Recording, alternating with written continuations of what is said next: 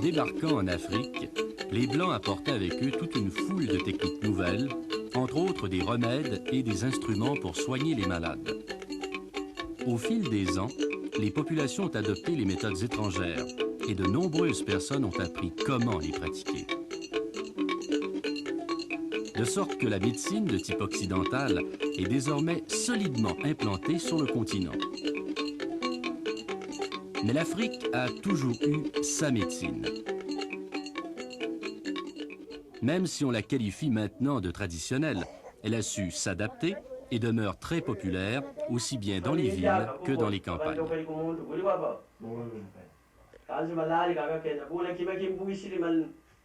De nos jours, dans le monde entier, les mérites respectifs des médecines traditionnelles et modernes font l'objet d'un grand débat. Certains envisagent même d'intégrer les deux médecines afin d'en maximaliser les avantages respectifs, intégration qui passe d'abord par la redécouverte et la revalorisation des médecines traditionnelles.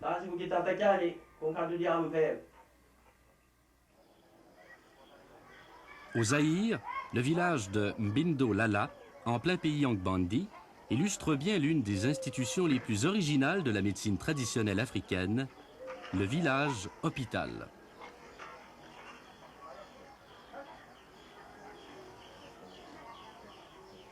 Les patients y viennent de tout le pays Angbandi, souvent après avoir marché sur de grandes distances, car le village le plus proche est à 12 kilomètres.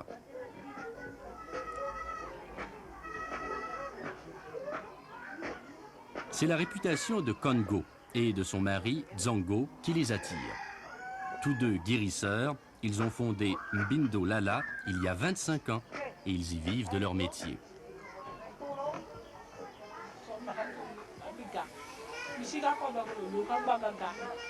À l'origine de la fondation du village se trouve la stérilité de Kongo.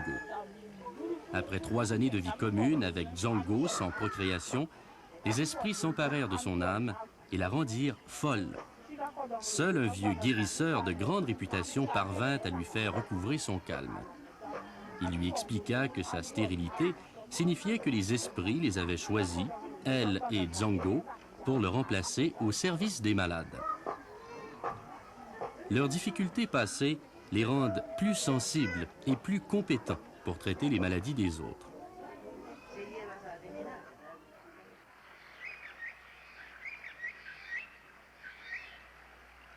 Les Angbandi vivent à l'orée de la jungle. Les rivières et les forêts de leur pays subviennent à leurs besoins, mais elles abritent aussi des forces immatérielles capables de bien et de mal. Les Angbandi attribuent à ces esprits certains résultats des interactions concrètes qui unissent et parfois divisent les membres de leur société. D'un côté, les esprits de l'eau et de la forêt interviennent dans les situations marquées par une forte anxiété. De l'autre, les esprits des ancêtres limitent leur action à la gratification ou à la punition de leurs descendants. Au village hôpital de Mbindo Lala, le monde physique et social du malade s'exprime en résumé sous la forme de 3 hôtels. Situé aux limites du village, un hôtel consacré aux esprits de la forêt sert avant tout à barrer la route à leurs mauvaises influences. Surplombant la rivière, un autre hôtel permet de rejoindre les forces aquatiques responsables des troubles psychiques. L'hôtel le plus important se trouve au centre du village. Il est dédié aux ancêtres. C'est devant lui que se déroulent les confessions et les réconciliations faisant partie du traitement des maux qui perturbent l'ordre social. À Mbindo Lala, le nouveau patient s'intègre à une communauté d'autres patients accompagnés d'un ou plusieurs membres de leur famille. En ce moment, les 30 maisons du village abritent autant de malades dont plus de la moitié souffrent de problèmes psychiques que l'on explique ici en termes de possession par les esprits.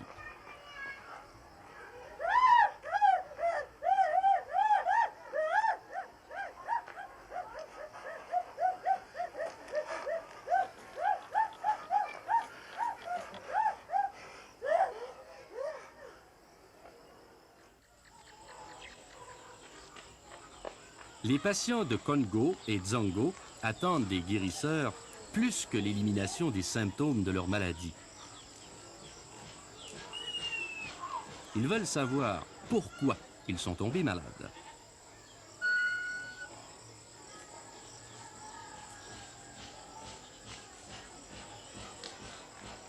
Grâce à la connaissance intime qu'elle possède de la société et à sa perception aiguë des problèmes personnels, Congo dépiste les raisons profondes des affections. Elle lit la vérité dans un miroir et trouve ainsi ce qui a incité les esprits à s'emparer de la personne. Mais, en fait, c'est en dialoguant avec le patient qu'elle fait le point sur ses relations avec son entourage et parvient à identifier la cause profonde du mal. En même temps, Congo pose un diagnostic de type naturaliste, indiquant les médicaments à utiliser. Dzongo connaît plus d'une centaine de plantes, à partir desquelles il prépare des recettes médicinales avec l'aide des patients.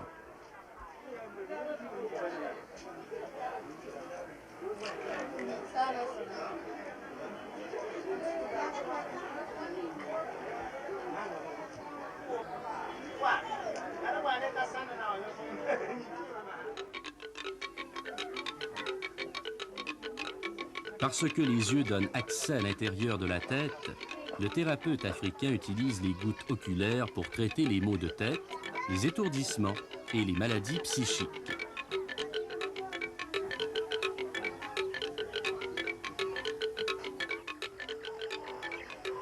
Le bain de vapeur médicamenteuse rejoint le malade à la jonction du corps et de l'esprit.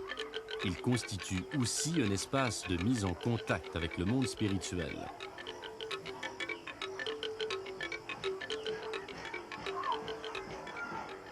Danda est un étudiant qui souffre de tension et de violents maux de tête l'empêchent de poursuivre ses études. Lorsque je m'endormais, alors en s'éveillant des lits, j'ai entendu seulement mon cœur qui commence à battre. Alors je disais que si c'est la maladie de foie, je ne sais. Alors j'étais allé à l'école demander la permission chez le père diététique de me donner la fiche pour aller à l'hôpital. Et il m'avait donné. Lorsque j'étais à l'hôpital, on me disait que c'est des ascaris qui me dérangeaient. Alors on me donnait des médicaments, mais les médicaments, je n'entendais rien. Ça ne changeait même pas. Alors j'ai dit que si c'est comme ça, je ne peux pas rester à l'hôpital. Il fallait que j'arrive ici pour vérifier ce qui me dérange. Il affirme que c'est par jalousie que ses camarades lui ont jeté un sort. On a vérifié dans des miroirs et on disait que lorsque je m'étais battu avec mon ami à l'école, alors il m'avait empoisonné dans l'eau. C'est pourquoi les diables ont venu me trapper ici. Pour guérir, il doit renaître à nouveau et se réconcilier avec ceux qu'il tient responsables de son état. Aujourd'hui, Dzongo fait vivre à Ndanda une sorte d'enterrement et de renaissance rituelle. Pendant qu'il le recouvre de feuilles, le guérisseur le conjure de parler à ses amis.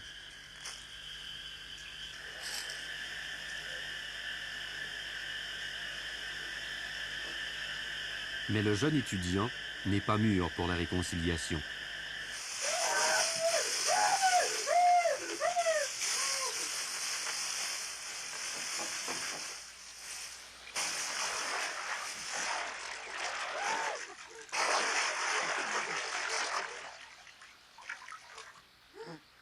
Ndanda n'a pas fait le calme en lui, et les esprits aquatiques ne peuvent encore sanctionner publiquement sa guérison.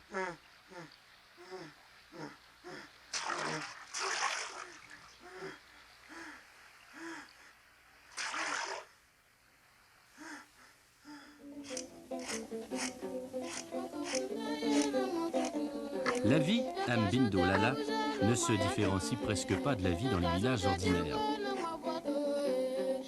Bien sûr, le patient et les parents qui l'accompagnent habitent un nouvel endroit, Mais le changement ne se compare pas à la transplantation dans l'environnement artificiel de l'hôpital moderne. Ici, tout le monde participe aux tâches domestiques et aux travaux agricoles.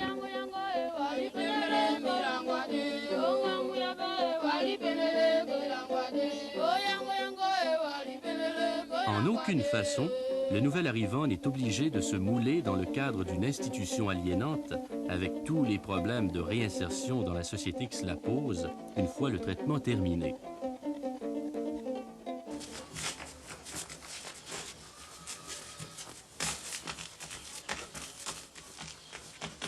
Mais il arrive que les esprits s'emparent d'un individu, rappelant ainsi aux habitants de Mbindo Lala que leur village n'est pas complètement comme les autres.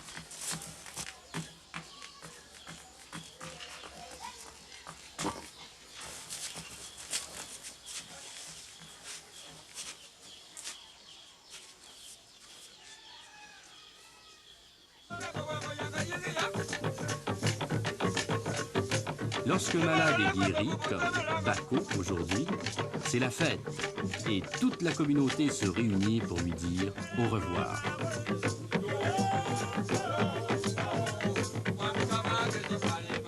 Le village hôpital constitue une réponse originale de la société africaine au problème de la maladie. La thérapeutique employée à Mbindo Lala situe celle-ci dans la globalité du contexte social et semble particulièrement indiquée dans le cas des maladies psychiques. De plus, elle pallie plusieurs inconvénients des méthodes et des institutions de type occidental.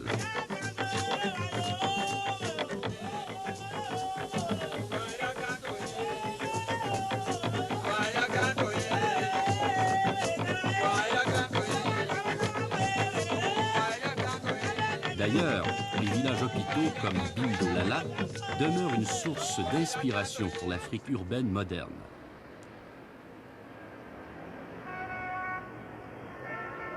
Dans les villes africaines, les migrants des zones rurales se retrouvent brusquement confrontés à une société très différente sur laquelle ils ont moins de prise.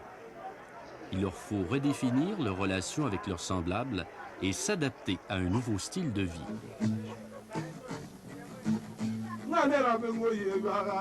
Les femmes, encore plus que les hommes, éprouvent de profonds sentiments d'insécurité et de malaise qui se traduisent par des troubles divers. Boye Yenge, une citoyenne de Kinshasa au Zaïre, s'est adressée en vain à la clinique de l'université après avoir visité plusieurs dispensaires. Nulle part, on n'a pu la soulager du sentiment général de douleur corporelle et de lassitude qui l'a envahie après la mort de son mari il y a 2 ans. Finalement, la jeune femme a rendu visite à un groupe thérapeutique Zebola pour savoir si sa maladie ne serait pas justement du type guéri par le groupe.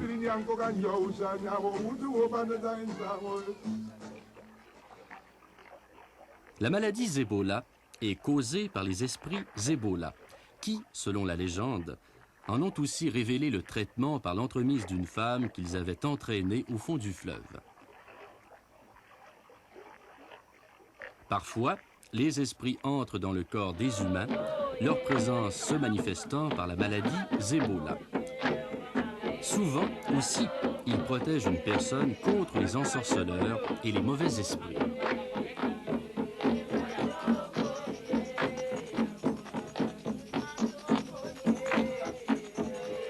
Les rites thérapeutiques font partie de l'héritage socio-culturel que les villageois apportent avec eux en ville.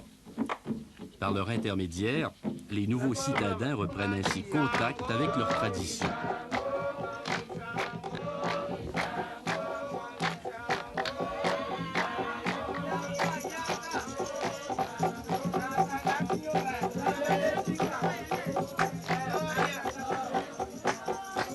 Afin de déterminer si le mal de Boye Yenge est de type Zebola, la patiente subit une fumigation, au cours de laquelle les esprits s'expriment par sa bouche.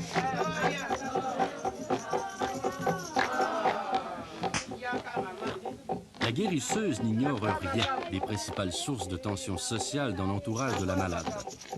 Par ces questions, elle fait ressortir au grand jour les conflits responsables de l'affection. Toute la famille est présente et écoute attentivement de façon à contribuer à la résolution des perturbations à l'origine de la maladie.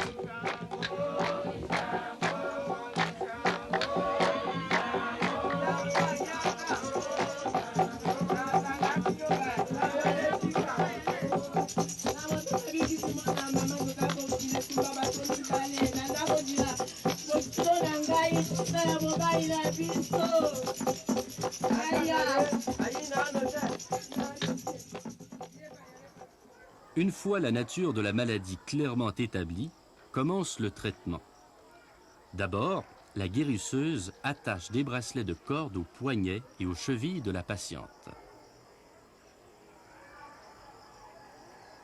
Elle l'enduit ensuite d'une crème ocre, la Ngola, symbolisant son entrée dans le monde des forces Ebola et rappelant aux autres qu'elle fait désormais partie d'un monde où esprit et humain sont en étroite communication.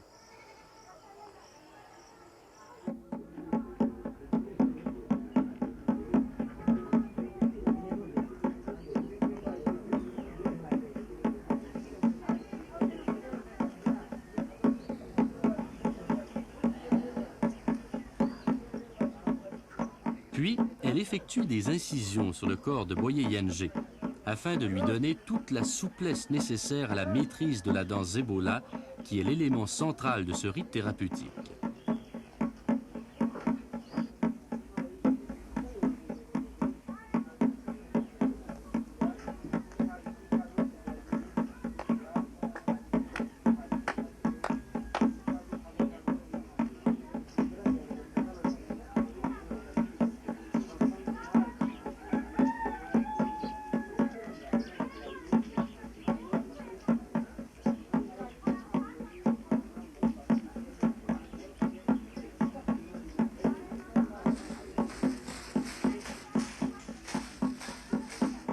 Chaque jour, avec l'aide d'une ancienne patiente Ebola, les patientes sont initiées au mouvement complexe de la danse dont l'exécution publique marquera la fin du traitement.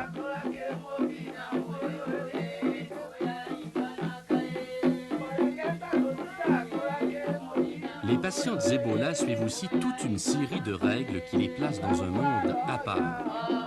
Leur visage porte des lignes blanches pour chasser les mauvais esprits et des lignes noires pour les masquer aux yeux des ensorceleurs.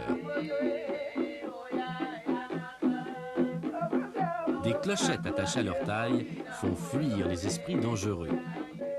Enfin, de multiples colliers, bracelets de nœuds les protègent du mauvais sort et indiquent leur appartenance aux Ebola. Toutes ces marques distinctives n'empêchent pas les malades Ebola de se livrer aux mêmes occupations que les gens autour d'eux, en dehors des séances de traitement.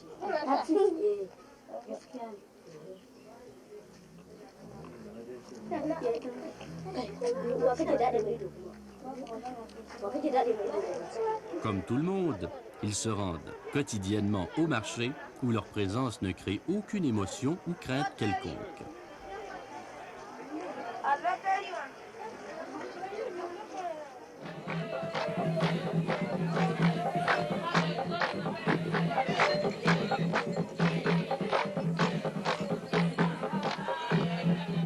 Aujourd'hui, c'est la cérémonie marquant la fin du traitement de Malongia.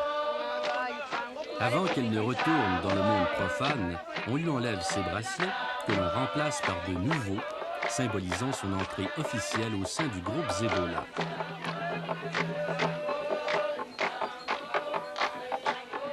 La chaux éteinte dont on l'asperge symbolise l'armure de son statut Ebola, qui la défendra contre les mauvais sorts. Toute la communauté assiste à la cérémonie en l'honneur de Malongia.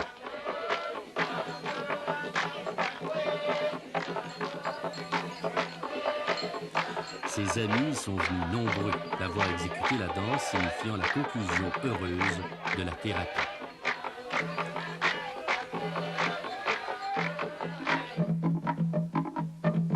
Les esprits Ebola choisissent parfois une patiente pour en faire une Ngoulou, c'est-à-dire une guérisseuse Ebola.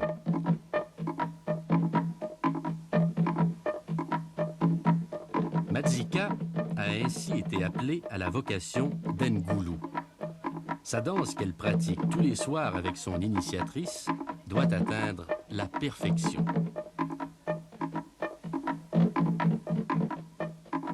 Comme ces mouvements doivent idéalement se confondre avec les ondulations de la chenille, pendant les jours qui précèdent l'exécution publique, l'Ngoulou avale quelques chenilles afin de s'incorporer leur souplesse.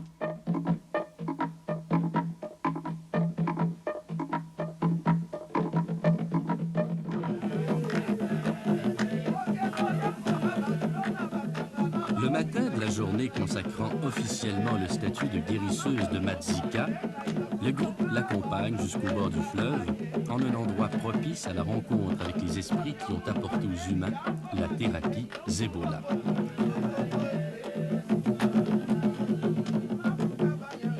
L'initiatrice entonne alors le chant des esprits Zebola.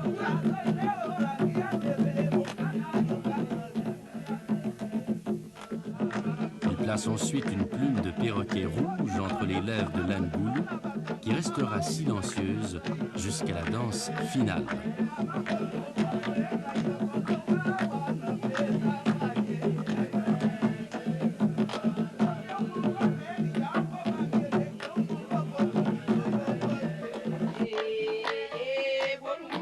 De retour dans la cité, la nouvelle guérisseuse Zebola franchit, sur une natte, les derniers mètres de sa réinsertion dans la société.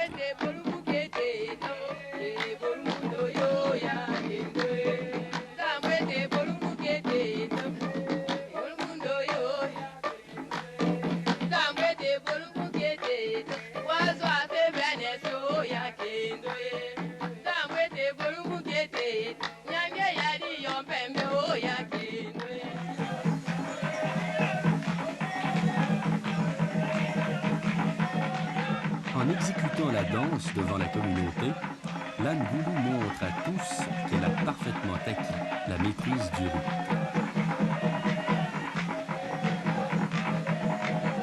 L'efficacité du rite Zebola se situe surtout au niveau psychologique.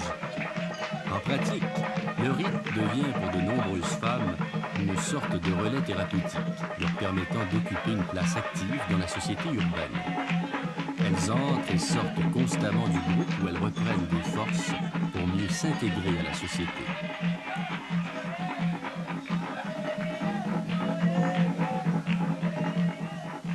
Que ce soit dans un village comme Bindolala ou au cœur d'une grande cité comme Kinshasa, la médecine traditionnelle africaine apporte une réponse globale aux problèmes des personnes souffrantes. Non seulement elle tente de guérir les manifestations physiques des maladies, mais elle accorde tout autant d'importance à la réconciliation du malade avec son environnement social. La médecine moderne gagnerait beaucoup à s'inspirer de l'approche globale de la médecine africaine, à une époque où, en Occident, elle se voit remise en question à cause de son désintérêt pour l'aspect psychosocial des maladies. Et si la médecine traditionnelle africaine suggère des améliorations à la médecine de type occidental, il va sans dire que l'Afrique, la première, ne peut se permettre de l'ignorer. La médecine de l'avenir en Afrique sera le résultat d'une synthèse des deux médecines.